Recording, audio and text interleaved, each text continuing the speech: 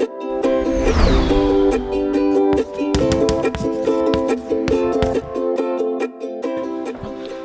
touch it. You said touch it. Shh, don't. My name is Hannah Grant. My name is Kendall Grant. My name is Dan Grant. And we're the Ground Girls, and we love Altec. Bucket trucks. Trucks. Bucket trucks. Bucket trucks. Bucket A bucket truck. truck. It helps power lines when they fall down. It cuts trees. No, for real. It does. No, it doesn't. Well, helps I them. think that this thingy goes up, someone's in it, and then when like a power line falls down, they fix it. Yes, that's what I think too. That's what I think too.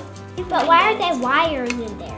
Can I trade with you? Get in. Yes. I'm dumping The it. lineman goes in this and it helps him up to fix the power line, and the other man drives the truck.